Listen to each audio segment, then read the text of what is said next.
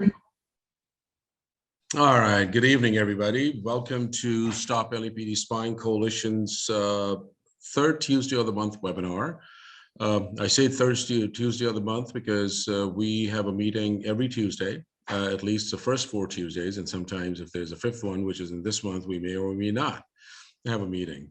My name is Hamid Khan, go by he, him at Stop LAPD Spying Coalition.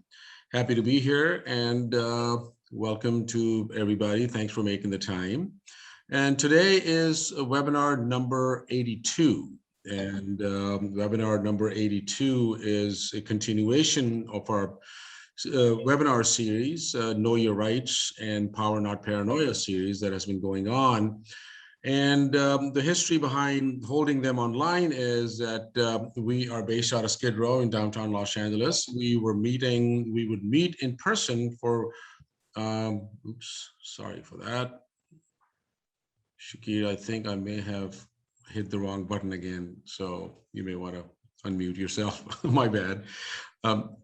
So because of COVID, as we would meet the same thing every Tuesday of the month in Skid Row in person for several years, we had to switch gears, we had to pivot. And then on March 24th of last year, yes, in 2020, we switched to having these meetings online to maintain, safety for people's health and our collective well-being.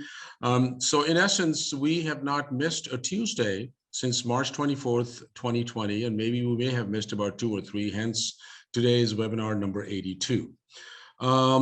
And today we're going to be talking about a report that we released last Monday on November 8th. Title is Automating Banishment, the Surveillance and Policing of Looted Land.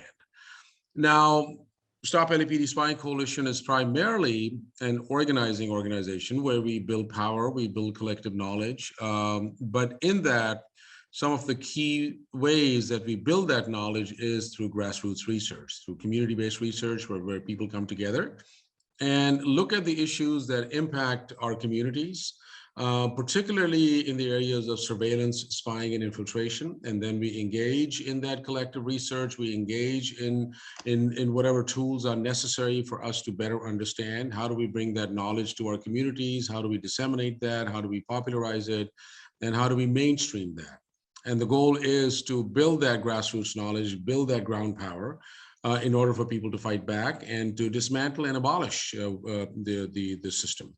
We are not here to reform the system. We're not here to make it kinder, gentler. We're not here to make it less toxic, because it is as toxic as it is. Our goal is to dismantle and abolish these systems of violence.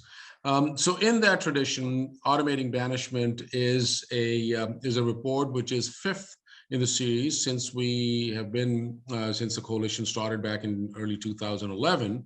Our first report was in April of 2013, which was a people's audit on LAPD's suspicious activity reporting program, which was one of the first campaigns in our fights that got us launched. Then in 2015, we released 2 reports. One was on earlier in the year, in April of 2015, was on body cameras. This is when the debate about body cameras was starting out, and so we basically did our research just kind of went out, just mapped out the whole surveillance apparatus, the various tools that are being used, and released that report, rejecting the use of body cameras, rejecting this other tool that was being proposed as a reform element. But we knew that this reform is just a smoke and mirror because this is going to expand the surveillance state. Then we released in December of 2015, released a report on the drones. This is when, after a long fight against the LAPD, going back to 2014, where we were able to keep the drones grounded for a good 3.5 years. But we mapped out that, and kind of just built this conversation around mission creep, around the impact of drones, around the global violence that the drones were engaged in, how people were being murdered all across the world as a result of drone, and they were bringing it home and to be used on people in the United States and particularly in Los Angeles. And then in May of 2018, we released Before the Bullet Hits the Body, the dismantling predictive policing in Los Angeles. And all of these, and now automating banishment, and all of these reports have been sort of a buildup for the coalition as well to look at the broader, what we call stalker state, that how information is gathered, how it's stored, how it's shared, how it's used very effectively to contain and control and criminalize communities, how it's used for social control. So that's been one of our primary focus. So today we're going to do a bit more of an expanded overview of the report.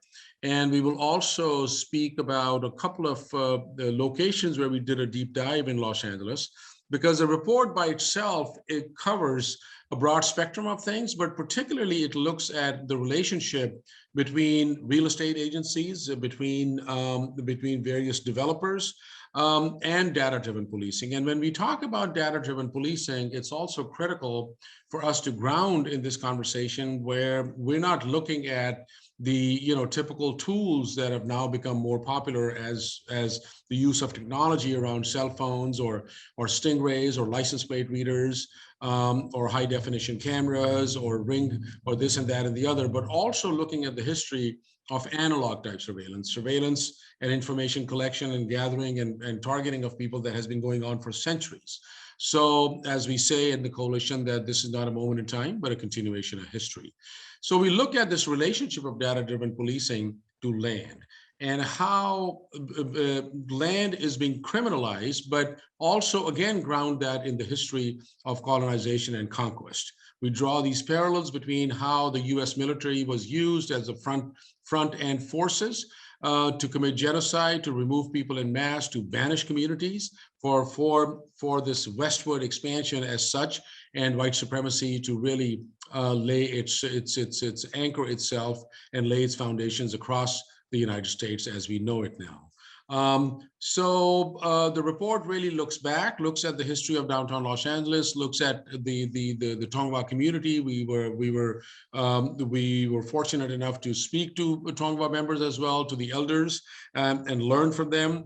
And then it builds up from there and looks at Skid Row as a site of where data-driven policing has been unleashed and how very methodically over the years communities have been targeted for purposes of removal, for purposes of banishment. We also look at the Crenshaw District in South Central Los Angeles, that how areas were targeted, where kill zones were literally created and people were murdered, justifying extreme violence with law enforcement agency. So we'll talk more about it, but I want to invite a dear comrade, an organizer, somebody who is an inspiration for many of us. Working with him has been absolutely a pleasure, who actually has tutored us and guided us in our deep dive looking at Skid Row, and who himself has lived in Skid Row, has been familiar, has been organizing in Skid Row, so comes with this incredible universe of knowledge, which is not only sort of observed through him being there as an organizer, but living there and being directly impacted as a result of these policies as well. And I'm speaking about my dear brother, Steve Diaz. And then I'm also going to invite, as we go along, going to invite Shakir Rahman, my comrade, my colleague at Stop LAPD Spying Coalition, the fellow organizer, and also Tiff Guerra, who is this phenomenal researcher and who's kind of bringing this whole report together, which was really a product of about 26 different people contributing and writing this report, and several organizations contributing in it too. I also want to welcome Matios Kadani, who's also a fellow organizer, a dear brother, and a comrade, and we will be having this conversation. But we don't want to have this conversation as talking heads. We just want to give an overview of the report, but we want to have a collective conversation because we want to leave today with a plan. We want to leave today as to the demands that we are putting out. What do we do next now that we have this document? Now, really the hard work begins. How do we popularize it? How do we bring it to the communities? How do we generate interest in the communities? What does that outreach look like? And how do we then bring various sectors of our population into this collective conversation to build that power to dismantle this thing? So welcome, Steve. And if you want to introduce yourself. And maybe as you introduce yourself, I just want to start off by asking you that, having been involved in helping us develop this report, but also, just reading this report, just to get your overall thoughts about the report itself, and from the vantage point that you are and your own history, as well as an organizer and a resident, and then we'll continue to have a further conversation about Skid Row. Thank you. Yeah, for sure. Hamid, if you don't mind, is it possible to open it up and have a quick question for our folks can answer? Yes, it is open. Thank you. So yeah, just to kick us off, one of the most important tools that we're looking at as we're talking about sort of land use and policing, land and policing is land use. So I just want to have a couple people popcorn style, if you want to share, if you could share, excuse me, not if you want, sort of what do you see as the connection or sort of the nexus between land use and policing? And I have a tendency of calling on people, so please forgive me if I catch you at the wrong moment in time. Anybody want to share real quick? Mics are open. You can unmute yourself. Well, it seems that if some people decide to use land under freeway bridges, for example, then the police get involved. Okay, that's a good one. Other folks, how is land use policy, like land use rules and policing directly connected?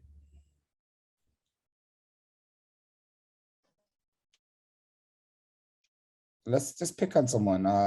Who's a good person? To Echo Park and gentrification. Oh, sorry, could you? Yes, okay.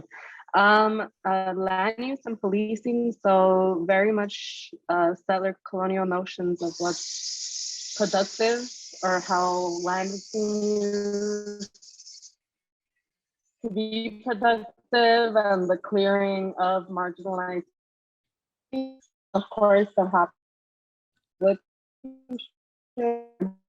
policing very much people for the productivity of the land.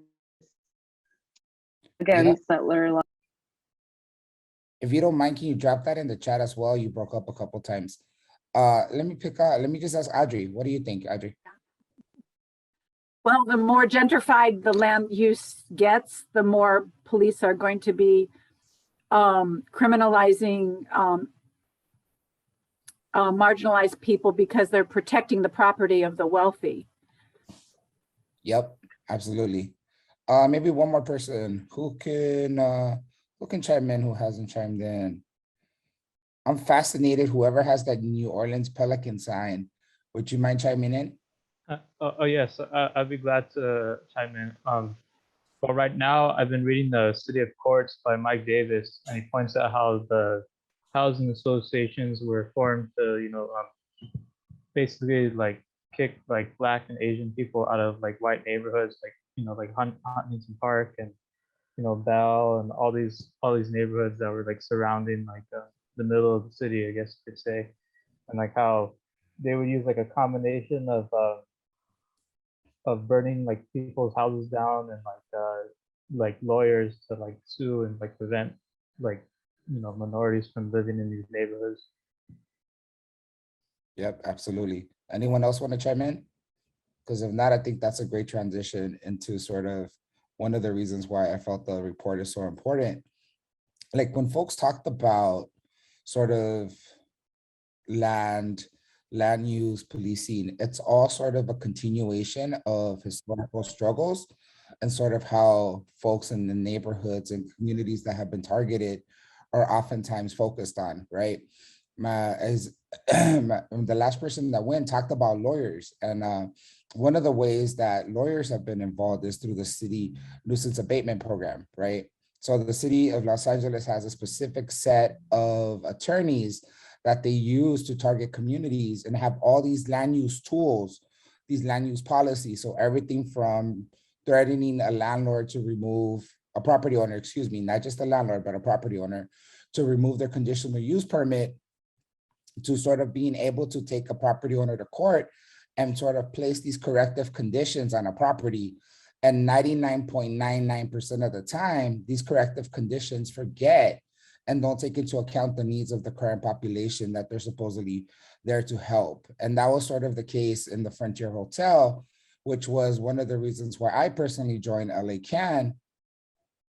When there was huge amounts of attention being placed, there was all this talk about how I don't feel safe walking the street. I have my dog, I want to go down, I want to feel comfortable. But there was no talk about the real messages that was, right? I don't feel comfortable because it's a person of color down the street, and I happen to be a higher income individual that's sort of walking my $1,000 dog. The other thing that oftentimes is not included when you have these corrective conditions, when you have these conditions that are placed on properties, the living conditions that folks are facing from like a tenant organizing perspective or a tenant perspective are never taken into account.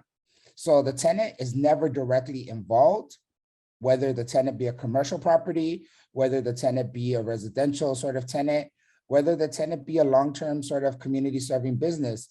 Our voices are directly stripped from the process of participation.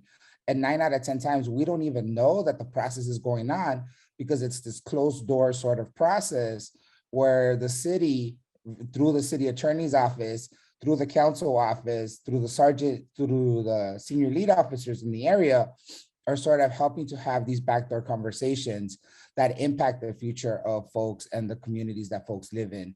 And this is a really good example of sort of, for me, when I look at the report, this is what this report is talking about. It's highlighting these direct nexuses that exist around city officials, landlords, property owners, and sort of how there's this collusion that's happening to sort of create long-term banishment in communities that they're trying to prosper from. I feel like somebody was chiming in with something. I'm sorry. Did somebody put something in the chat? Because I just saw something pop.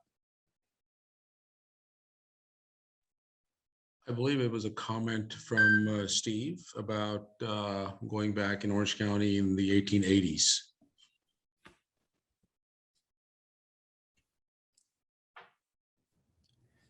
Yeah, I unmuted myself. She's kind of known, Modesta Avila. She has some notoriety down here. Again, classic use of policing to bring the railroad right through. Yep. Since Okay. first felon in California. Exactly. Those are our examples, right? These are all the same thing. All that happens is it's just a continuing evolution. So whether it starts with a specific neighborhood, a specific building, a specific sort of location, in downtown LA, at a certain point in time, there was 11 different locations that were being targeted. Everything from commercial to residential. And it was all in the name of sort of helping to facilitate the land grab and sort of land speculation. Because if you can't create speculation through policy, you have to create sort of the need for the neighborhood in a different way. And you end up occupying it in one way or another. So you send in the troops to sort of kick people out because the speculation doesn't facilitate the displacement of community residents. Cool. Shakir, I'm going to bring in Shakir to see if, I know you had some conversation with Steve, and see if you want to bring us together. Sure, and then Steve was also going to flag in the comments as well what Kim shared after they spoke, that police collude, like that, asking about the relationship, police colluding with state to overtake land that isn't productively used, like Echo Park gentrification and gang injunction. And that kind of, notion of productive use is also kind of what you were talking about in Skid Row. So yeah, maybe, just talking about the report. And these are sections of the report that we, that our working group worked closely with you to develop. So want you to kind of share about, what is both different and not different about the entry of kind of data-driven policing today. We have the story in the report about how all these programs build on past practices of the containment policy in Skid Row, of broken windows policing in Skid Row, of the, treating Skid Row as a zone and buffering it, and creating these kind of enforcement buffers around it. Can you talk, so there's that continuity, but also what is it that data-driven policing kind of adds or empowers that that's different from what we've seen over the decades? Yeah, no, so absolutely. So one of the biggest things that, if I could just sort of take a couple years back, So one of the biggest policing efforts that occurred in downtown was the Safer Cities Initiative, where 118 police officers were deployed to anywhere between a 25 to 50 square block area. What these police officers did, right, was they would be deployed to randomly walk through the neighborhood, anywhere between 4 to 6 officers, sometimes 2. And they didn't have specific zones where they were targeting. They would just walk back and forth and sort of identify areas where they felt that they could provide tickets, or sort of where there was quality of life enforcement that needed to occur.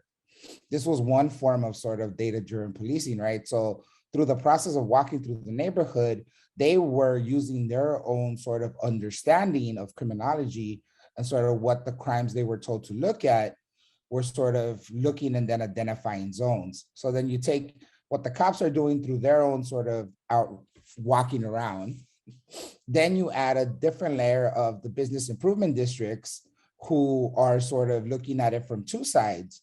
They're looking at it from the sides of they're trying to attract business interest. They're looking aside from the side of sort of they need to support speculation so that buildings continue to sort of flip and the neighborhood changes. And then they start collecting their own data because they have private security guards that also patrol the neighborhood. And they patrol the neighborhood just to observe, supposedly.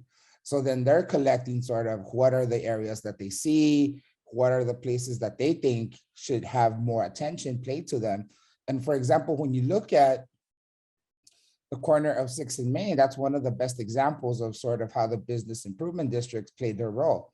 Their office is right up the street. Right down the street is basically one of the biggest corners of permanent supportive housing and affordable housing that exists in Skid Row. And it's also sort of has been historically seen as the divide or the neighborhood divide line. So they were sort of targeting that area as an example of a space that they needed to see cleared. So you evolve from patrols to business sort of additional resources being put in, excuse me, from the business interest. And then you evolve that into sort of a CompStat system where then that's sort of where the cops are being picked and sort of deployed to sort of patrol. So it starts with real basic sort of analog information gathering. It sort of continues with additional resources. Then it's sort of codified in a structure that is sort of all deployed into a neighborhood that's targeted. A different zone, for example, that was highlighted in the report that's also sort of a key zone was 7th and Maple. Well, in order for that to happen, there was some attention paid to it because there was a 32 floor skyscraper that was being proposed for the area. And that's sort of because of the organizing and advocacy that was happening through LA Can. We sort of brought attention to, A, the project is in Skid Row, B, the project is not providing any benefit to no one in Skid Row, and there needs to be some benefit. Well, the direct response is, well, then we're going to place it on this list and sort of it's now going to be targeted. So folks that are in that area are now going to face the numerous interactions with different sort of law enforcement departments. Yeah, thank you. And I just want to show people. So that the 32-story skyscraper. That's what you're talking. The one that's on 7th and Maple. That's where that. Yeah. So here, when Steve's talking about it being placed on this list and targeted, so here is in the report our map of mapping the different anchor points in Skid Row. And the one on 7th and Maple here, that's literally the site of this this skyscraper that I think they're still trying to build. Kind of near the wholesale flower stuff.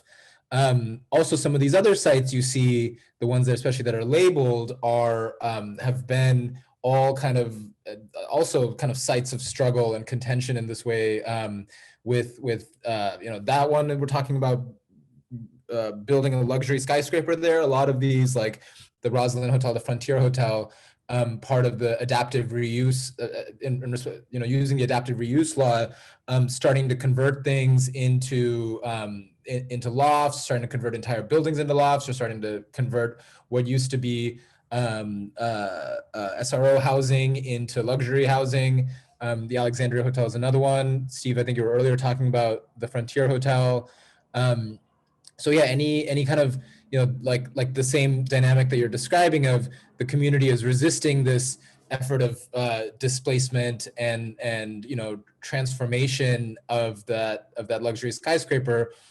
And then what police do then is respond with marking it as a target that then helps generate this data, that they can point to as, we have all this data of complaints and citations or whatever. That's obviously all just the product of policing. So yeah, can you talk about maybe just a couple more of these anchor points and what the kind of story that lies under them is? Yeah, for sure. If I could just take a step back in terms of data. So there's a location in downtown, there's a hotel that went through a different sort of targeting through the land use zoning administrator land use policy. And what that does is that's sort of revokes the, what that does is that revokes the conditional use permit of a property. And why that's so important is because if a conditional use permit gets revoked, the property can no longer work, can actually function as an establishment. And one of the ways that they can sort of pass the resolution to revoke the CUP is they have to collect all different forms of data.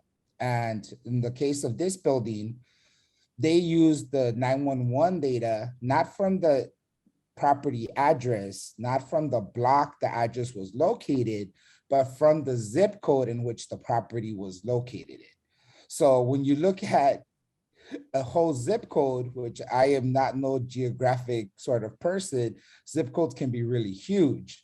So when you start adding that up, it looks like a property has hundreds of 911 calls, when in reality, it was nowhere near what was being justified. And that actually is not mentioned in the report, but if folks go back, it's actually called the Travelers Hotel. And it really talks about, it's currently in limbo, operating as a residential hotel, but doesn't have a conditional use permit because we were able to sort of not allow the city to move on the next step. So after the motion, the next step is to come and sort of do a relocation assessment and then come in and put the padlocks. But that's just an example I wanted to share around sort of how data is used. I think the other couple of places that are super important, right? So you look at the corner of 5th and Spring, the Alexandria Hotel. Over the last 20 years, the Alexandria Hotel has gone through about 4 different either potential buys or property owners. It was a location that was seen because when the sort of gentrification push for downtown started, everybody thought that Spring Street would actually be the marker or the divider. And sort of Spring Street was heavily targeted. It was heavily targeted in the original redevelopment plan in the early 2000s, where the Alexandria Hotel was called out to be converted into market rate housing.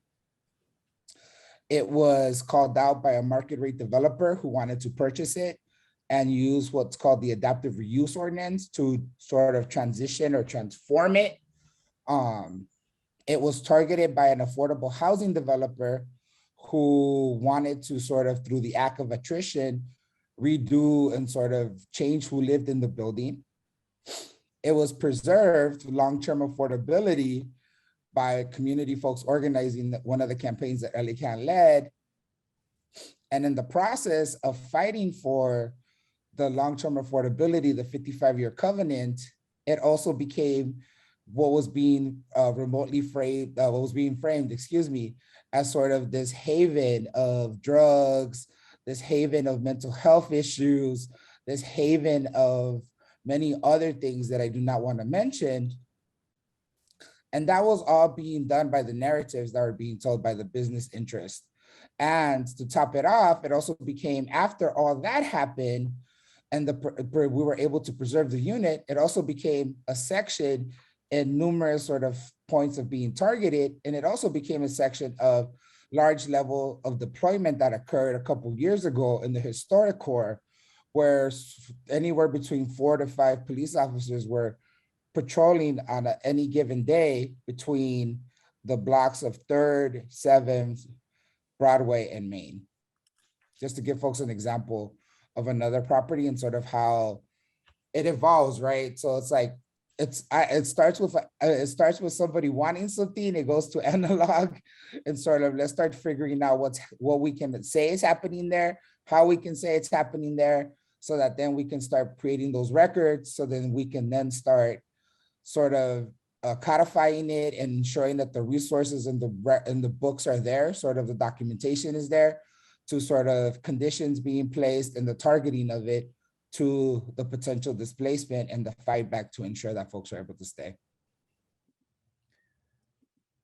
There's a question from Peggy, I think maybe about this example, that didn't owners try to violate the covenant also? Yeah, so the owners tried, after the covenant was put in place, the owners came back with a business model that said, we're gonna kick everybody out through targeting folks with mental health issues. And the building was actually, for a good chunk of time, a quarter of the building was a master lease property to a mental health agency where folks with mental health issues were placed there. And what the owner did was he targeted those folks by all kinds of different tricks that were at his disposal. But we were able to fight that through a lawsuit. And then we were able to fight his potential, damn, why can't I remember the word? When a property gets foreclosed, his foreclosure as well. Thanks. Yeah, and when you were talking about these conditional use permits, I was gonna that's something I was thinking of when you're asking about the relationship between land use and policing. I was kind of trying to figure out how conditional use permits fit into that, because that is an aspect of land use policy, that there's a area zoned for something, but either because there's something there before, or for whatever reason, the city, gives them this conditional use permit, but then that's leverage that they can withdraw, saying, oh, you're using it in the wrong way, or people are showing up and loitering or whatever, all of which is, caused by and enforced by and surveilled by policing. Absolutely. So, And like, we can never forget the threat that policing brings, right? So even if policing are not directly there, the threat of policing is one of the most powerful tools that any sort of property owner that's trying to gentrify and flip has. So I just actually received a message here that which really leads me to, and we're going to open it up if other folks have any questions. So the message was that, it seems like that the repeat of the policy where police was used to catch runaway slaves. Now the policy is to eject the people who are not desirable to exist on the land, and then catch not only runaway slaves, but eliminating native folks as well. So Steve, what you're talking about here is that we also have talked about the report as a conspiracy. So this comes across as a conspiracy, as this collusion that where these conditions on the ground are created and then kind of leads towards targeting of the people. And then now more recently, over the last 20 years or so, they are bringing this whole element of pseudoscience and data to justify the impact, to justify.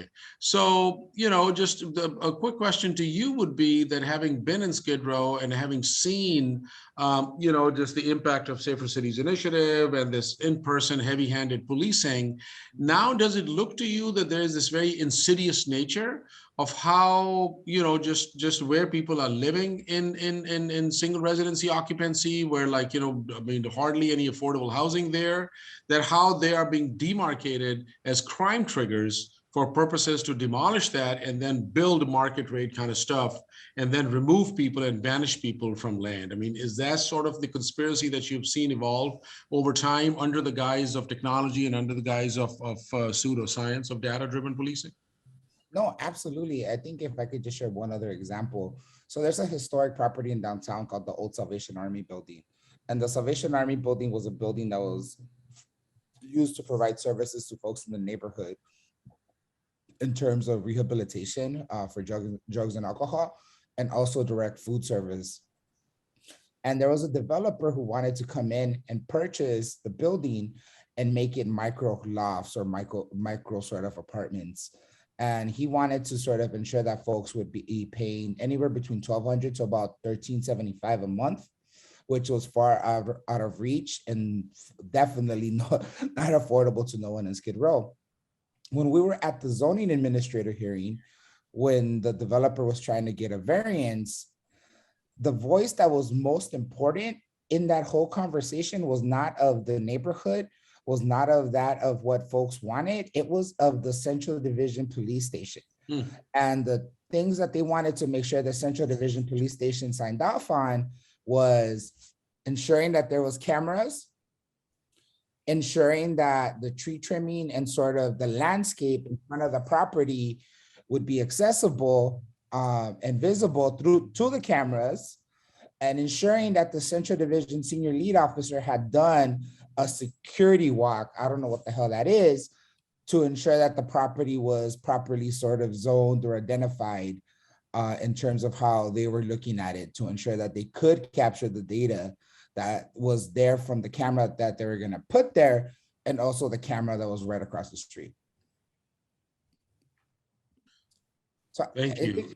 I think the other thing I would just say, because I know this has been a lot of downtown heavy, like policing and land use have and continue to sort of be a tool that's sort of interconnected. So if you look at, for example, community plans, community plans are a city mandated document that needs to be created to sort of document how a neighborhood is going to evolve and the resources that are going to be dedicated to that neighborhood. There's a whole section in there around policing. There's a whole section around sort of how the local police station is going to sort of account for the increase in population.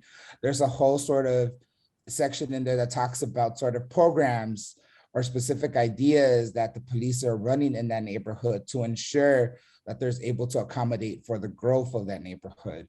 Just to give folks an idea, right? So whether it be through the zoning administrator, whether it be through community plans, whether it be through sort of helping to create attrition in properties, or whether it even be able, or whether it's even through sort of helping to create speculation through the citywide nuisance abatement program. Policing, land use, gentrification, and banishment are all together and sort of play key roles in ensuring that it's either occupied or folks are kicked out. Thank you, Steve. Want to open it up to see if folks have any comments or questions, anything about what they have heard or anything they want to ask, and then we will continue on and move on to the Crenshaw District overview. Any thoughts, comments from what you've heard? Okay, so we have a hand. Kim, go ahead. So I was, excuse me, I'm getting over a cold. I was reading about how the Safer Cities initiative came out of the fact that the ACLU sued 4118, the ordinance. Yeah, and I was just gonna ask Steve if you kind of see a connection to that, and if we should be looking for I guess more insidious ways of policing due to 4118 being reinforced, I guess, reintroduced, passed and reinforced. So do you think there'll be like another version of the Safer Cities initiative to go along with that? Or like, how do you see that this reintroduction of an old ordinance, I guess, affecting the Safer Cities initiative? Yeah, so real quick, so just to clarify, so the Safer Cities initiative was actually a city response to a land use policy that community residents helped organize. So in order to fight off the gentrification that was happening downtown and the displacement, folks in Skid Row fought for what's called the Residential Hotel Preservation Ordinance that required 1-for-1 replacement of residential hotels being converted or demolished. And we also fought for what are called the design guidelines, which are basically the same thing. The city knew that because of these two policies, being able to have people be booted, and business interests knew as well, being able to have people booted, displaced, and so on could not happen using the traditional means of speculation and sort of lack of enforcement. So the city came back with and created the Safer Cities initiative and used the idea of broken windows policing to deploy the level of resources to then start making sure that folks had track records, right? So if you didn't have a track record, there's 118 cops that are bored, you're going to end up with a few tickets, right? The first year, there was about 16,000 tickets just given out in the neighborhood alone.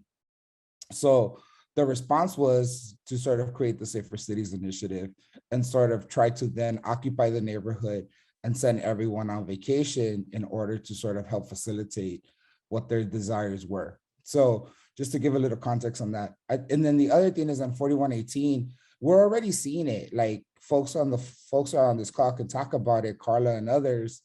4118 is also a land use tool, right? It's basically mapping out banishment zones in the city of LA and using policies to sort of ensure that those banishment zones have dedicated resources, i.e. cops, have stay away signs, have fences put up to ensure that folks now no longer can access that space.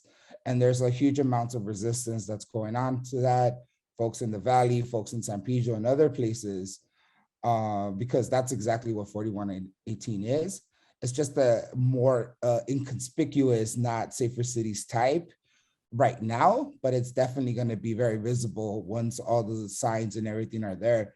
The level of resources are going to be put out there to ensure that people know they're not welcome in that space.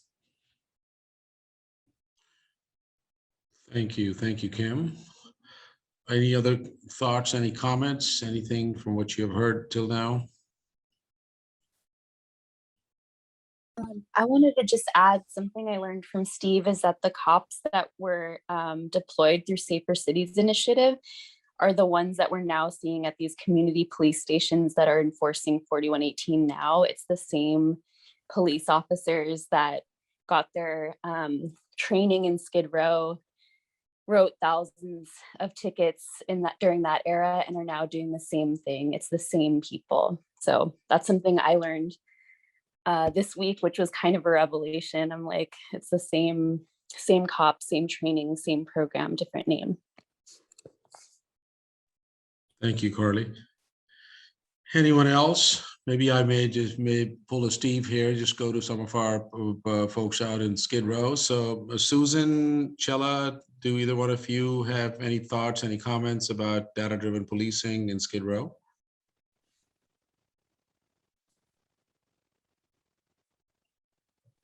No, I don't. Sorry. All good, Chella. Susan, anything from you? No, I don't. Actually, I'm listening and I'm learning a lot more about this. And what worries you, Susan? Listen to Steve also. But data-driven policing, of course, it's overwhelming us because the police are aided in ways that are just, beyond ridiculous. They're soaking up data at a rate that gives us absolutely no privacy whatsoever. So they know everything that's happening, and they can stop anything that's criminal that's happening, but they don't. Not to people that in this community do they use all of those services to help us. They only use those services against us in order to manage us and keep us in control so that they have the upper hand at all times. So I'm just saying data-driven policing is digital authoritarianism. Mm-hmm. And just listening to Steve just makes that more understood. Thank you, Steve. Mm-hmm. Thank you, Susan. We're having a little hard time hearing, but really appreciate your comment. Anyone else has any thoughts or questions for Steve? Because it's really past my bedtime, y'all. So Steve, before you hit nap button, anything else you want to share with us before you leave? yeah, I think just in closing, I would say definitely ask questions, really think about what is it that's happening and how is it that's happening. And I think the other thing I would say is they feed off of sort of making this stuff seem like it's not understandable or sort of this big theoretical sort of idea. But the reality of it is it's really practical. And we see it, how it impacts our lives, how it impacts our neighbors' lives, our friends' lives. So really just pay attention to that and see how that sort of patrolling can create something else, or that news story can create something else, because it all matters and it all sort of comes together in a narrative of a community that sort of talks about how it's seen and sort of how resources are used.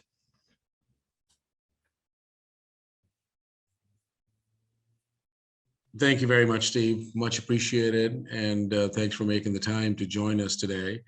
Well, with that, now we got to move on to look at and have a conversation on another part of the city that the report took a deep dive in, and that was at the Crenshaw District.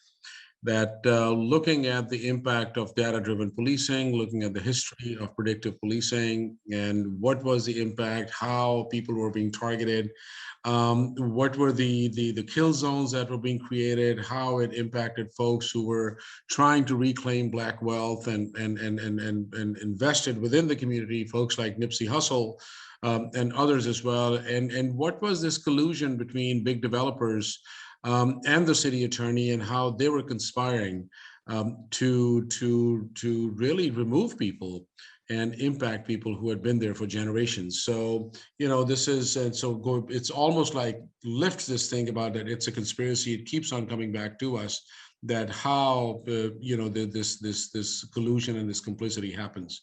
So I'm going to invite my comrade Tiff Guerra to give us a brief overview of the deep dive that we did in Crenshaw District. Thank you, Tiff. Yeah, thank you so much, Hamid. Thanks, folks. Really glad to be joining. I hope that my Wi-Fi is steady for us. If it does happen to go out, I'll just call back in. But yeah, my name is Tiff, they, them pronouns, and have been a member of the coalition since 2016, have been part of our fight to dismantle predictive policing, part of our fight against data-driven policing. And now we are going to talk a little bit more about, as Hamid said, one of the deep dives that we do in the report, which was looking more at the Crenshaw corridor and looking at how predictive policing and how data-driven policing was being applied there. And Hamid, I wonder, or Shakir, if you're able to take us to the either the slide or the page of the report that shows the that area, the map of the Crenshaw districts that we do have. But while we're getting there, I wonder if just to start talking about it.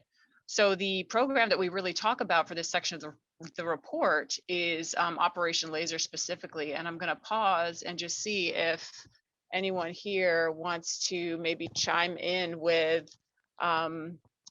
explaining a little bit more or talking a little bit more about what folks know about what Operation Laser is. It is one of the predictive policing programs that LAPD used, and it is one that that some folks here are probably pretty familiar with. So I just want to pause and see, just check if there's anyone that would like to talk about that a little bit more.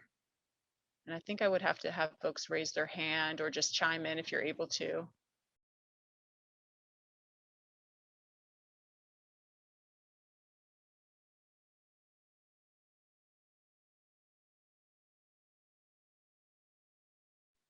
Okay, and if we don't have any volunteers, then we'll just we'll go ahead. So Operation Laser was it was a program that was launched in 2011, and this was a one of their so-called predictive policing programs that made it made guesses about locations and also about people that police decided were going to be locations of crime or people that were most likely to be committing crime. And so it was a program that kind of criminalized people based on who they were, based on information police had about them, and also based on locations. And when areas and people were criminalized, what that meant from LAPD's perspective was it meant that additional surveillance was put around those areas, additional tactics were assigned to those areas. So once a location or a person was deemed to be associated with being higher in crime, more likely to be associated with crime in the future, that kind of gave police that sign off to be able to devote more resources to that area or to that person. And so with the Crenshaw District, what we started looking at, and when I'm talking about looking at, what I'm talking about is we actually received to learn more about how these programs were being used by LAPD. We collectively, as a group in our working group and together with community members as well, we figured out what are the things that we want to know about this program. And some of the things we wanted to know most urgently was, where are they targeting with these programs, and then what are police doing at these locations? And so the information that you see on the maps that we've created came from all of these documents that we received back from LAPD that showed us the actual mission sheets, that showed us where police were targeting, and that showed us what the police were doing there. So we received back these maps.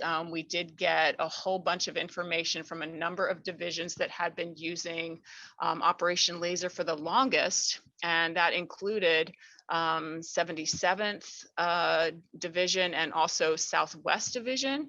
And so we did get information about where some of the laser zones were. And as we can see on this map that was created by one of our team members, Chris, we're looking at some of the laser zones that were in Crenshaw specifically, because this was the area that we got back a lot of information on, and one that we had an interest in because we knew of some of the police violence specifically that also had been taking place in this area. So we see that there was a laser zone at Slauson and Crenshaw, and then extending down Crenshaw corridor to the area of about 73rd Street. If you go up Crenshaw corridor, there was also a laser zone at the Crenshaw Baldwin Hills Mall. Baldwin Village was also, that entire area was a laser zone. So these were some of the areas that, again, LAPD deemed to be most criminal. Also, we got information on what were called anchor points, and anchor points were those areas that were smaller than laser zones, and they were kind of in and around laser zones that police additionally kind of decided that these were sites where crime was most likely to occur. And so they thought that these were places that additionally needed more patrols, more surveillance, additional tactics leveled at these areas. And so we saw that Slauson Crenshaw was designated as an anchor point. There were some areas around the Crenshaw Mall that were designated as anchor points, Harvard Park, and additional areas. So that's some of the information that we got back. And so as we were looking at this, and as we were kind of mapping together, where are some of these areas, we also, as I said, started looking at, okay, well, what are police doing once they've decided that these are these so-called high crime areas? Like, how is it actually impacting folks? What does that mean? And what we saw was that police were assigning additional patrols very specifically to those areas, and they were specifically assigning them because they had labeled them as anchor points or as laser zones. This was their justification. And we also saw that a lot of their missions, a lot of the patrols, the purpose, it was very highly racialized. When we looked at what was their like so-called data analysis, like when we talk about, you know, this guise of data analysis that is used to justify these programs and is used by police to make it seem like this is a less biased form of policing, or this is an unbiased form of policing.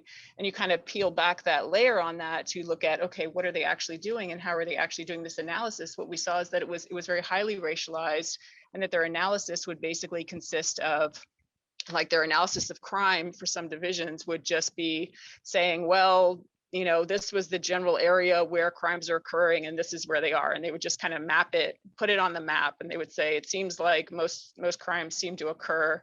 Like on this week, it was most on Tuesday. On this week, it was most on, you know, it was basically like listing descriptions of crimes and not really doing any kind of analysis. So it was kind of, again, it was like this guise of crime analysis to just be generating these reports that aren't really giving anyone additional information, but they just this routine of doing this and this premise of it being data driven kind of allowed that to continue and allowed them to be targeting these areas because they said, oh, well, it's because of this analysis that's going on. So these were some of the places that were being targeted and some of the ways And also we'll just name that, of course, something that we talk about in the report is something that happened as we were researching all of this. We also knew that the city attorney had been targeting the Marathon store with a nuisance abatement, which was one of the ways that we knew that police specifically would target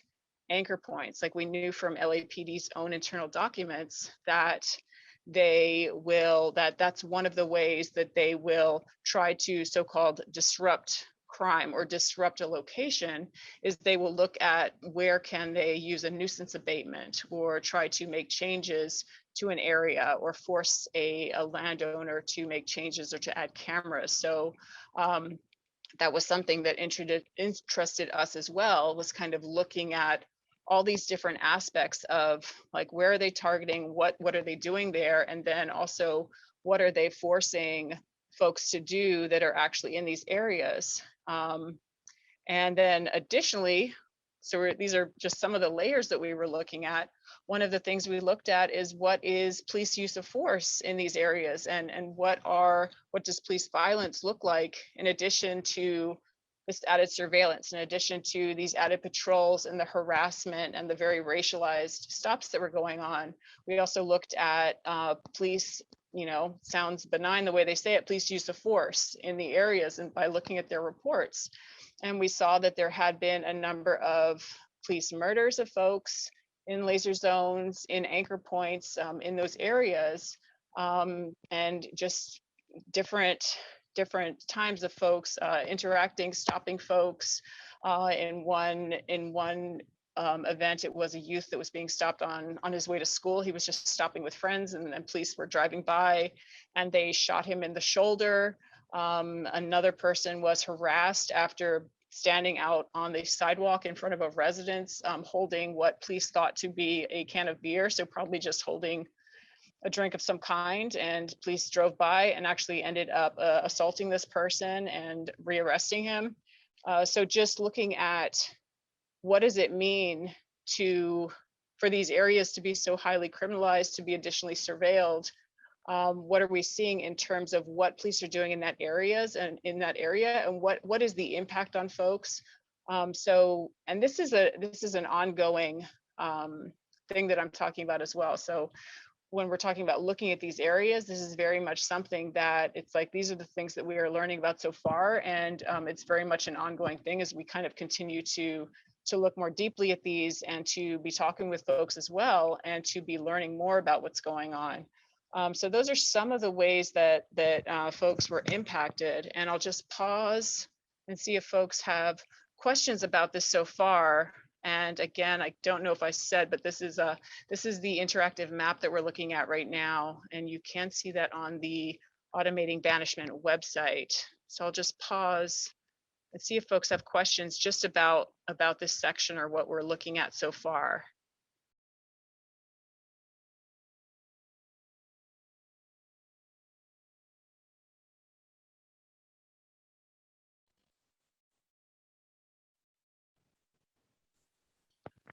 Yeah, thank you, Susan. Peggy, you got a question? Go ahead. Yeah, it seems like it's almost like it's morphed from using these gang task force. They'd have these gang task force come in, these task force, and now they have this, this is like a new way of aiming law enforcement. They don't even have to call it a task force. But I'm old school, so. Yeah, that I agree with you, Peggy. What I'm thinking about when you say that is, and I don't know, I don't know all of the different tactics that have been used in that area, but yeah, this was like just this program that we're talking about now, Operation Laser, like this was preceded by another program that was launched in the 90s, which of course was preceded by another program, I'm sure, targeting the same neighborhoods, but and that was called Clear. And that was a collaboration between the city attorney and the sheriff, LA Sheriff, and LAPD. And that was to do with targeting gangs and taking back neighborhoods, taking back gang infested neighborhoods. And that was like that started as a federal program. And I mention it because this program called Clear, because actually what we saw, if we look at what the clear areas were, a lot of them correspond with where these laser zones are as well. And then we also saw that under Operation Laser, some of the areas that were designated as laser zones, some of the previous clear areas, which still exist today, were also called laser zones. So it was very much like these programs kind of transition into each other, or kind of morph or are reshaped into each other. And also just that the gang enforcement division, gang task forces, and gang raids were also very much a part of what was done under Operation Laser as well. So the way that the community was targeted and assaulted. There's a question on the side to me, like, and Shakir, do you mind if we can take this into like a bigger zone? The question is that what do the names of people signify on this? Now, if you want to go back to it on the map. Oh, bigger, okay, sorry. That area where the names are listed, so I can, yeah, so the names are basically the names of people who we've identified who were killed inside or in connection with laser zones. It's by no means exhaustive. We have basically been starting to kind of piece together based on the laser zones that we've been able to map so far, and the LAPD killings, people LAPD killed in connection with those.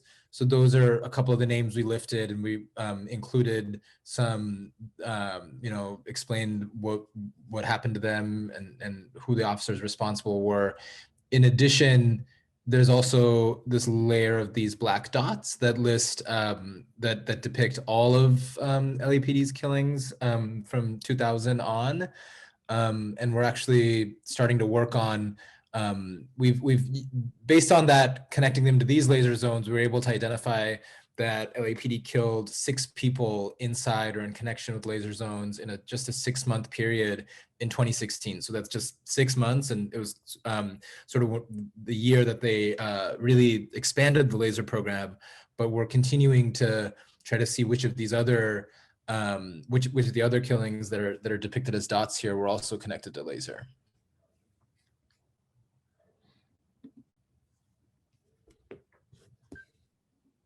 thank you.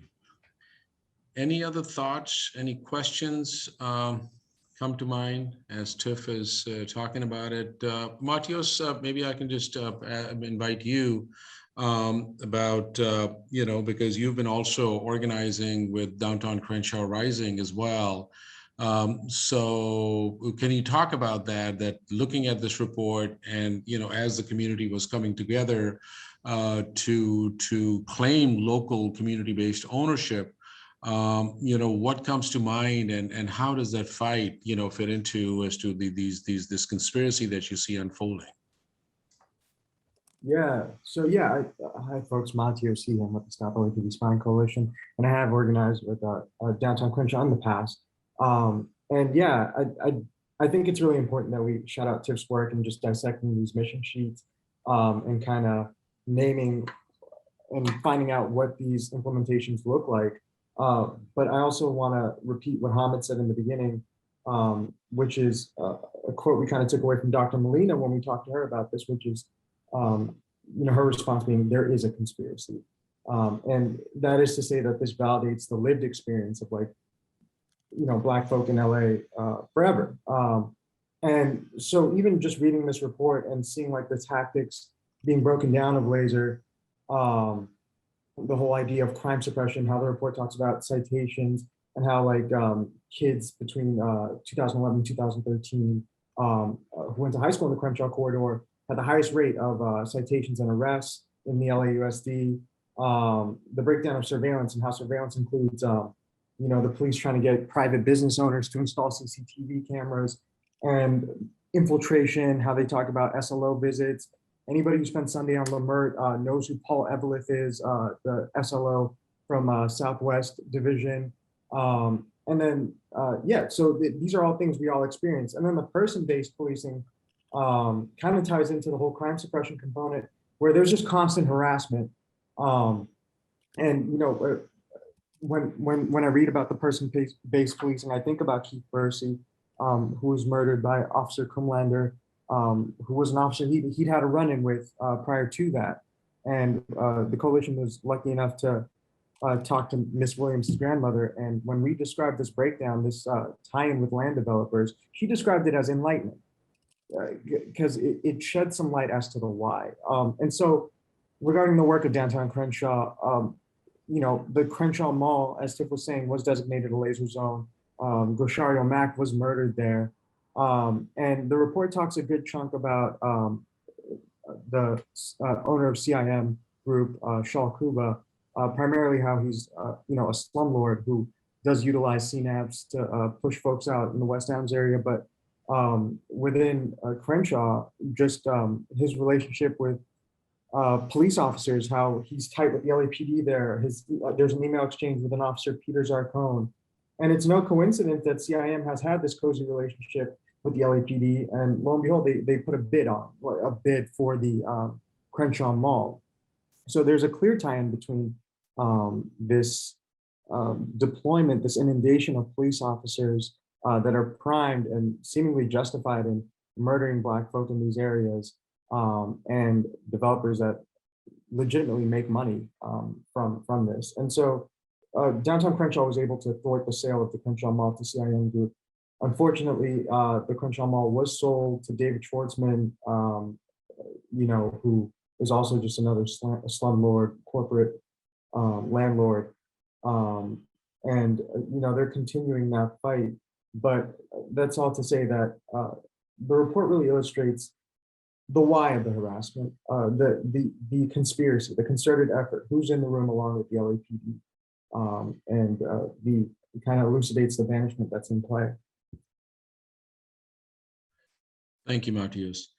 What I'd like to do now is to welcome Chris, who drew the map and who created the website. And thank you so much, Chris. Just remarkable stuff. But I think more than obviously now you're not in the thick of creating this thing. Now taking a bird's eye view of the map and what you have created, you know, just I just wanted to, and not to put you on the spot, just wanted to ask you, like, what were your thoughts as you were going through this information? You know, just as you were looking at it, and just as the person living in LA, and looking at this whole mission sheets and laser zones and anchor points and various maps. I mean, basically a killing manifesto, a banishment manifesto, a displacement manifesto of undesirables, of people who are deemed less than human.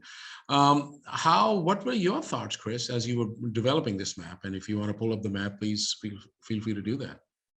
Yeah, absolutely. So what this map also helped me really bring out is kind of just like, what is life living in sort of like a very militarized zone, and the way they treat you as if it was a militarized zone. So one of the first like looks at this maps right here is just like, they kind of like contain like the skid rows and the green, and then like how they created all these purple hotspots contained around there so that they could like, once again, like sell out those properties for like, for capitalist takeover, right? And then when we start looking at, well, what are mission sheets? So we start looking at the mission sheets, that how they were specifically like targeting and sending out police onto like these neighborhoods at like a ridiculous rate. And they have thousands of arrests on just such a small section, and how they basically create this criminality. Like they're allowed to label what neighborhoods should have criminals and increase criminality. And yeah, the way they do it is so evil, honestly. And for example, in one of the neighborhoods where I used to live at, it's kind of just like the way that they had a laser zone there, and then now in like post laser zone, after, you know, the coalition shut it down, is like now being transported into what they call community safety partnership sites. And you see that happen across different sections of Watts area. And then, for example, too, like it's so like sad how like a lot of these like new modern day like policing tactics of community policing is very much in or around like our parks. And like there's, if you even look at these sections, there's like hardly any like spaces for us to like convive and be at a park, any green spaces. And like the few places that are just like now targets. Like it reminds me of like Echo Park when they're like, oh, we're gonna reopen, and the day of reopening, they're just like, we're gonna have a bunch of like cops walking around trying to promote police. And then yeah, so it's like just seeing all these connections, seeing like how much it is just a like playground for them to pretend they're in some weird military like hellscape. And if you look at entire sections of LAPD's division, is just like all of West LA like has absolutely no laser zone, no anchor points, no anything, and it's just like it's pretty intense. And then yeah, you know, obviously I'm super interested in continuing. Now we have the data, now that we get to see a bird's eye view. Now let's continue, like kind of like what we wrote here is just like we ask, what do we experience when our local markets, parks, and community centers become ever-growing targets for police harassment? Like some of the very foundational spaces that we have are targets for police harassment, and how that impacts our everyday lives. And kind of just like the story continues, and how the way we experience things. So yeah, that's what I gotta say. Thank you, Chris. Well, just real quickly, Tiff, can we, or just off the top of your head, can you name out like example of locations that were deemed as high threat area and crime triggers? I mean, I saw Michigan in churches and Gal Strait, Northridge, and stuff like that. So can you give us an example? I mean, are you talking about, because I mean, a number of parks, as Chris said, were deemed to be anchor points. What kinds of intersections are you looking for, Hamid? Oh, just an idea for folks on this webinar, just to understand that the depth of criminality and criminalization of community life, anywhere from bus stops to schools, to churches, to just various kind of things. Yeah, I mean, you've just named a few, and it would be, I mean, it was just all over the place. And so it would be, churches were some, parks were very common, some like a gas station. Sometimes it could be like just a bus stop. A bus stop was very common. When you looked more closely at like what were the reports to do with a bus stop, it usually had to do with youth, had to do with school kids.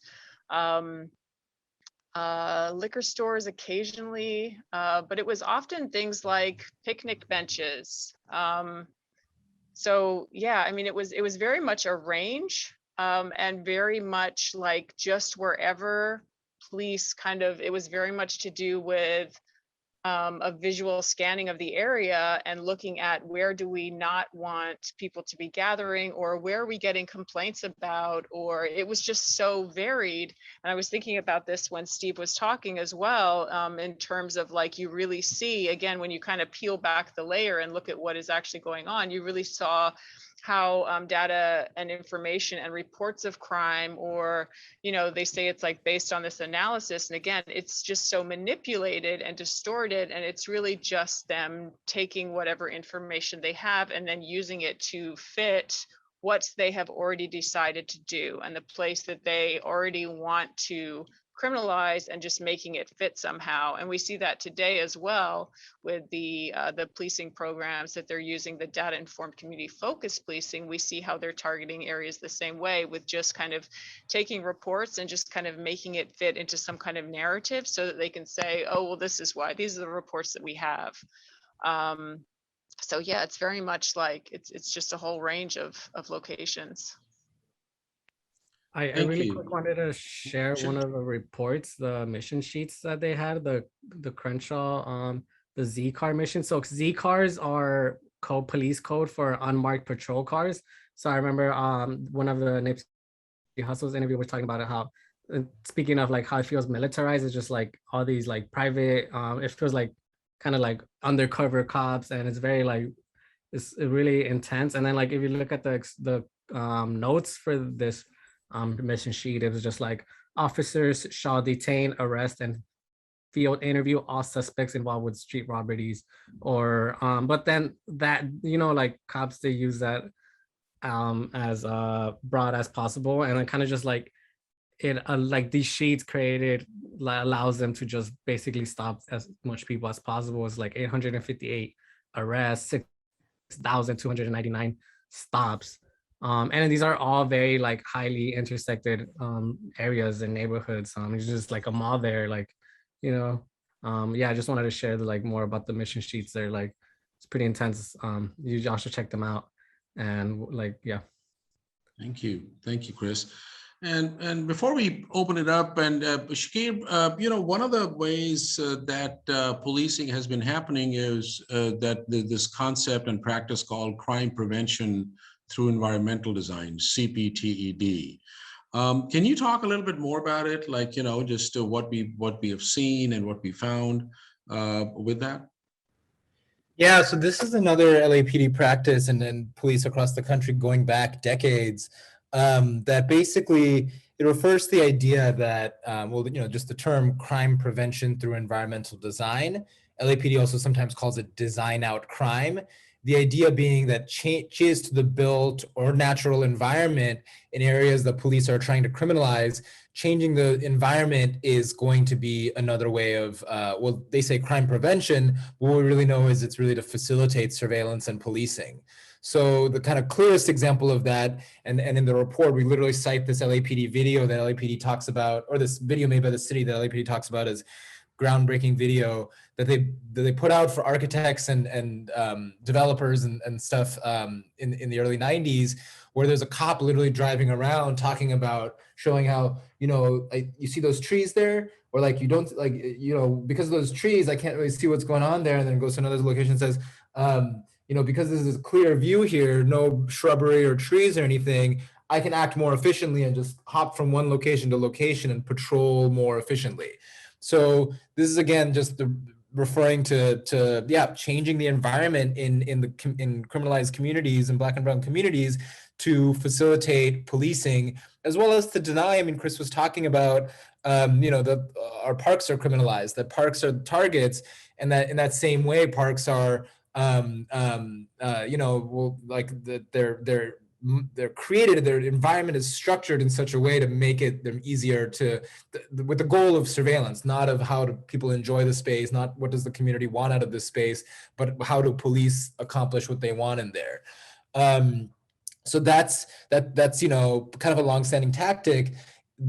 It's currently been in LAPD's new kind of what their Operation Laser and Predpol predictive policing programs evolved into. The new program, Data Informed Community Focused Policing, explicitly incorporates this crime prevention through environmental design and talks about that as part of data-driven policing, talks about that as something that at all these community safety partnership sites, which Chris also mentioned, that they're doing these assessments of, you know, crime prevention through environmental design tactics at all of them. And we've gotten through Public Records Act requests to first look at what those assessments are, and you know, it's a lot of this.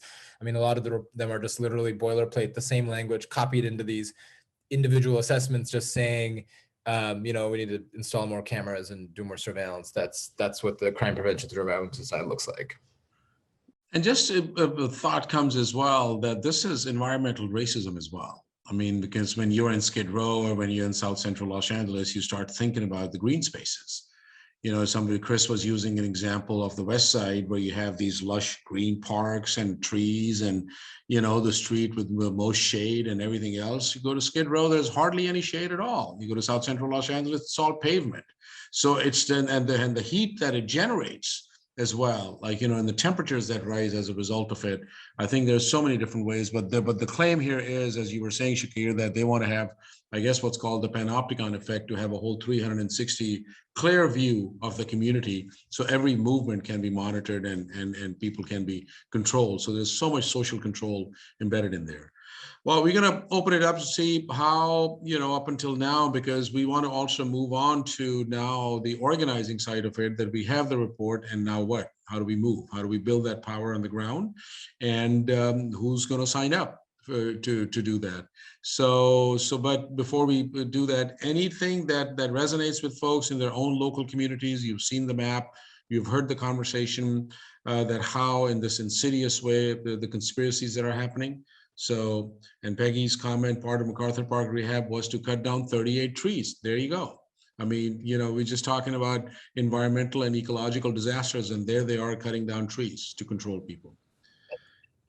And that trees, I want to say, I think, you know, it's certainly to facilitate the surveillance and policing. It's also obviously to make the park inhospitable for people who are looking for shade, who are trying to lie down under the tree or lean on the tree, you know, like that also is all about making these parks into kind of, you know, just either sites of policing or playgrounds for the wealthy rather than a comfortable, hospitable place for the community to spend time.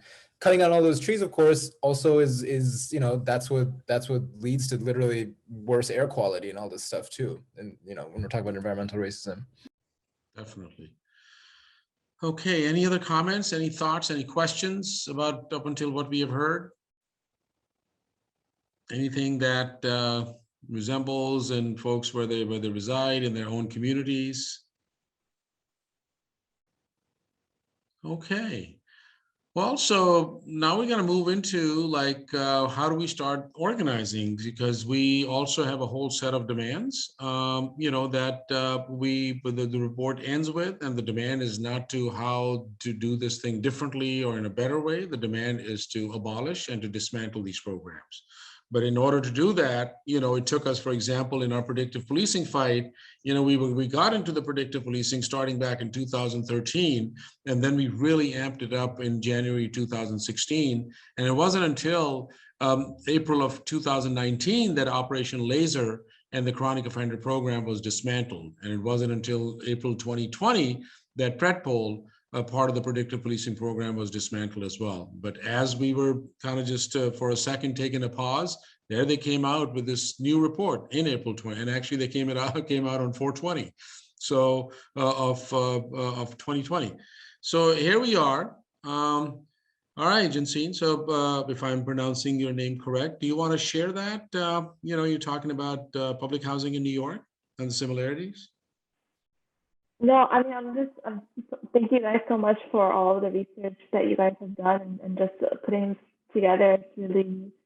It's really painting a really vivid picture about the surveillance in LA. But just to your question about like whether it resembles or is similar to, you know, our own experience, I just wanted to respond to that. That like living in public housing myself, like there was just lots of, you know, like lights, the police lights, like that would always be on for like hours, and police like car lights roaming and like getting through the window, making it hard to go to sleep, all those kind of things.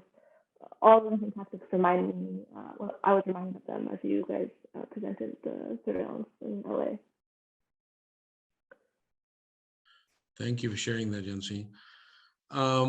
So now let's talk about the organizing side of it. One of the things we want to do, and if someone can post the link to the Google Doc for reading groups and all, that, you know, we've already started doing presentations. We did, the report was released on Monday of November 8th.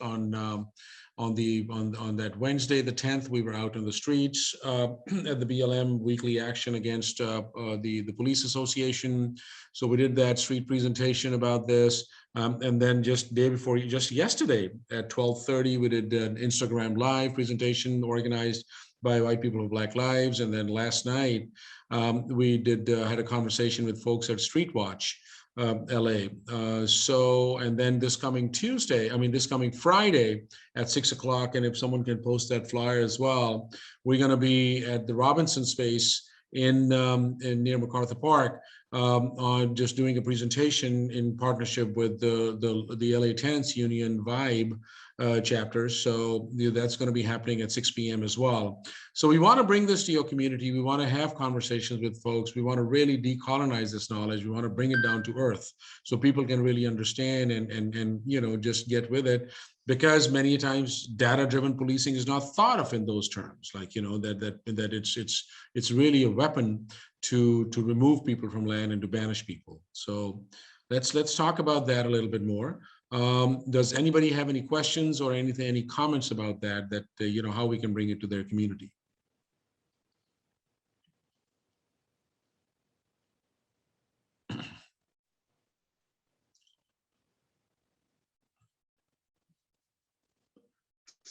I'm not affiliated at all with the center, but I was wondering if there was any connection between the UCLA Liberty Center because of their proximity to MacArthur Park, and if they were doing, like, you know, having any efforts, and if you all were interested in translating some items. I'm not perfect in Spanish, but I can, you know, discuss something. Yeah, and thinking about the encampment sleep that just happened in MacArthur Park as well, and how I was reading an article that was talking about how most of the housing in MacArthur Park is like single studios, right? And it's families living in here, but yet that green space serves like a huge purpose, right? It's like one of the few spaces that people are able to exist without having to consume or do anything for capitalism, and it's now being closed down and, you know, rehabilitated as well. So I feel like that's a really good potential spot to outreach to or connect to. Definitely, Kim. I just posted our email address. We would love to bring this conversation to the community over there. And, you know, just you talked about translating the report. We would love to have it get translated. That'd be a huge contribution to the community. And I know that it's a long report, so we would love to get your guidance on that and maybe organize a group that can help translate this. Definitely. Anybody else has any thoughts how to move forward in their own communities? Laura, definitely. Laura's comment is absolutely wonderful report and a model for other cities. Thank you. We'll be using circulating it as widely as possible. Thank you very much, Laura. Really appreciate it, because that's what we want to do. That's why I want to use this as a model for other cities to look at, just as we develop the architectural surveillance and mapping out the stalker state. This is another example of that. But maybe I can ask either Tiff or Shakir if you all want to talk about the working groups and what are some of the opportunities, how people can link up and with this work, and then what is the scope of that as well, because this report was generated just exactly out of those conversations and there's coming together of people. Yeah, I'll jump in, and Shakira, I'm sure you'd like to add something as well, but I'll just kick it off and say that yeah, our working group does meet every 2 weeks, and we stay in touch in between that as well. And basically what that looks like is we use those meetings every 2 weeks to just be check-ins on where we are at with the work that we're doing.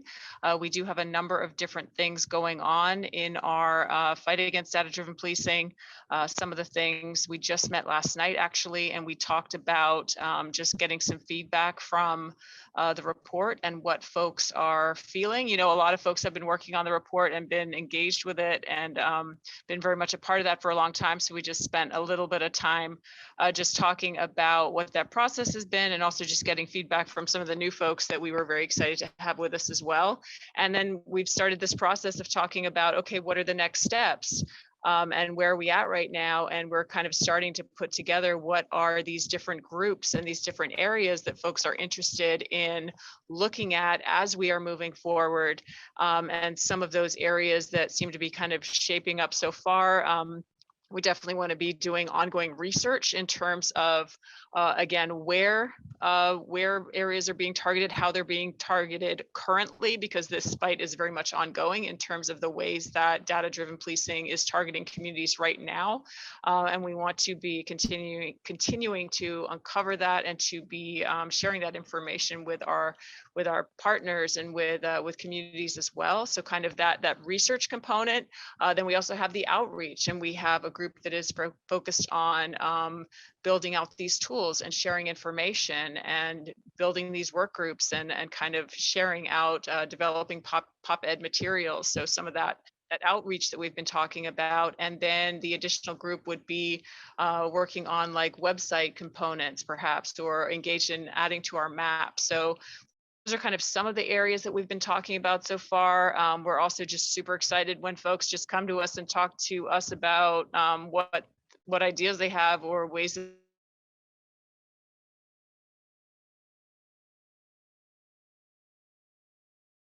we lost Tiff there for a minute. So Shakir, do you want to pick up on that? Yeah, so our the working group, the data-driven policing working group that this work has been facilitated by, meets twice a month. That met last night. It's again meeting on, I think it's the first and third Mondays.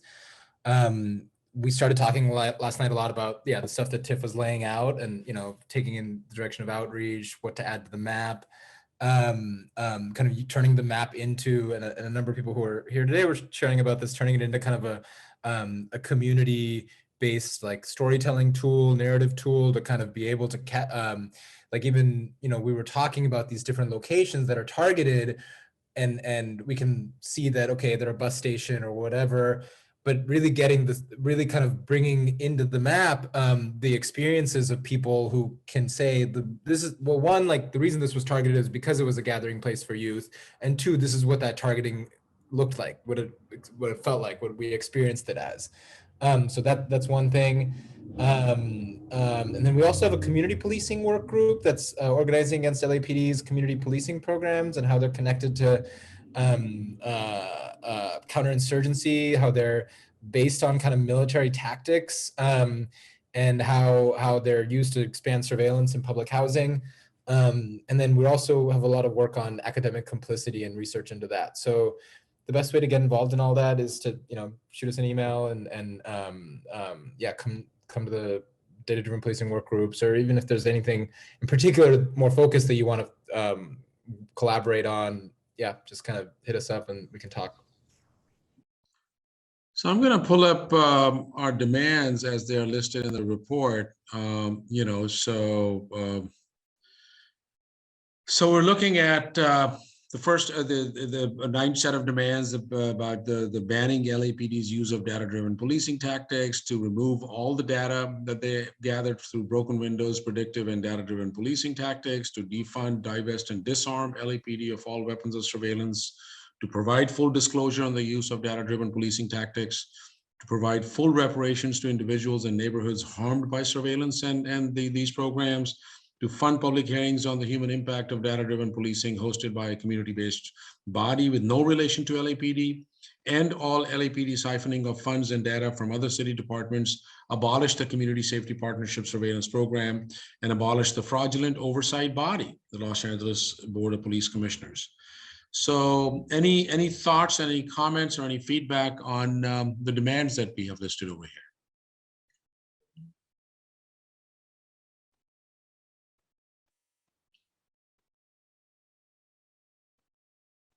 Cool. Well, demands are listed to reach a fruition, and then to get them to a point where they become real.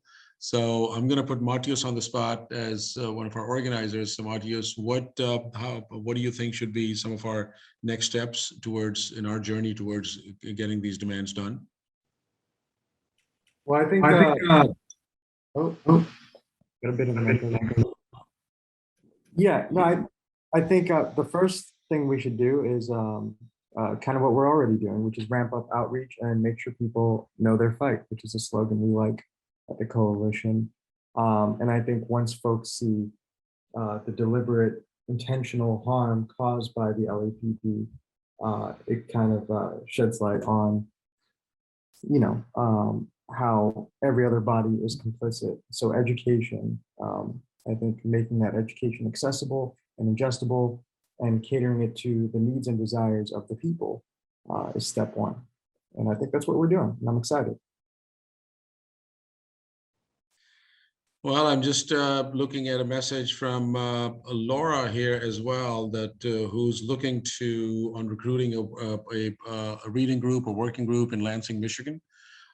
So folks can look at this report, share the findings of this report, and then kind of build it and bring it to their local communities out in Michigan, how it affects them. Who else around here is looking to maybe in their own local communities do some outreach and build a local reading group or a working group on this? And of course, as organizers, we're shameless. We're going to keep on asking you questions.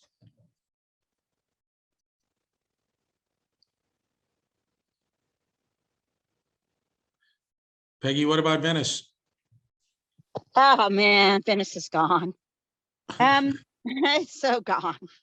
So I was thinking about, there's these groups that are sort of a little inland of Venice, and there's they're organizing around Mar Vista sort of area, and and they're doing these things, and some of them are intertwined with LAPD stuff, right? And they don't think so. They think it's okay. So I mean, it's very there really needs some education over there. So I would say, okay, so they're doing this really cool idea, which is a really cool idea, of this access center, right? And it's all these different groups, including people from Street Watch and DSA and these Mar Vista groups, people, and they're going to doing this once a month at this location. So, I critique them for working with the social workers who work directly with LAPD in doing this. And then I was looking deeper, and they really lashed back at me. And so then I was looking a little deeper into it. Just by accident, I was at an encampment, and this person there showed me a business card of somebody that was a commissioner on the health or something, a health commissioner appointed by Bonin, right? He works for the city. It's a city card, LA City, right? And I looked him up. I'm like, what is this guy doing with this card here at this encampment? And I looked him up, and he's the executive director of the organization where they're having this access center, and he sits on the Pacific Division Police Advisory Board. And I'm like, how can you not be how could be, more connected? He'd have to be a cop, right? So I'm like, it's very insidious how it's infiltrated the, I guess, sort of liberal West Side people, that, it's like that neighborhood watch is okay sort of thing, It's really bizarre and hard to deal with. But I think they're reachable. I think the people are reachable, to talk about these issues. I think they're possibly education. They can be educated. Maybe not by me. Thank you, Peggy. Well, I think we also highlight and lift the role of reform as to where we are, and the role of reform, that how data-driven policing was packaged as a reform measure. It was packaged as an answer to implicit bias and this, that, and the other. Well, here comes this computer-generated information. Here comes this data-driven stuff. Computers are race neutral. They don't have any bias. They're these machines. So, it's gonna make policing more efficient. It's gonna make policing more precise. It's not gonna be, the racism of a cop that's gonna drive them. Well, bullshit. Everything that they claim, it's interesting. We kind of throw it on their face. And as a result, I mean, these were hundreds and hundreds of documents that we went through to really make the point, and both in our organizing out in the streets and looking at these documents, that's what really leads to a whole lot of direct action, and to expose the whole fallacy of pseudoscience, expose the lies and the veneer of science that is being used to mask the same old tactics, the same old violence. But definitely. Well, we're reaching a closing point, but before we say goodbye tonight and good night, so anybody else has any comments, or anybody wants to say anything, or any thoughts about today's conversation, about the report, or they would want us to come out to their communities?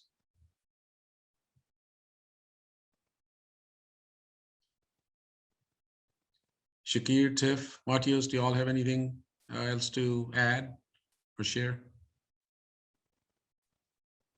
Good smiles. Well, Just to join us next Tuesday, because we're going to be having our community meeting of the data-driven policing fight. So yeah, definitely join us next Tuesday, and we're going to keep talking about this and keep building on it as well. excellent, excellent. Thank yous. And then if you all are around, join us this coming Friday at 6 o'clock. And we posted that flyer in chat as well. And this is going to be, we're going to be building with the tenants union. And that's where we're going to be having this conversation. So in essence, you know, I mean, it just, our goal is really to build power and not paranoia. And I know that sometimes these conversations can also lead to people, you know, I mean, being more fearful about it too. But our goal really is to engage with people, to build that awareness, to decolonize a lot of this knowledge, and to build that collective power. So with that, I want to thank you all very much. Thanks to Steve, who made the time. Thank you, Tiff. Thank you, Shakir. Thank you, Matios. And thank you, everybody else, for participating. It's through these conversations that we continue to build this thing. And we will abolish. We will dismantle. And thank you again very much. Have a good night. Bye-bye. Thank you, Hamid. Thanks, everybody. Bye. Thank Thank you. you. Good night.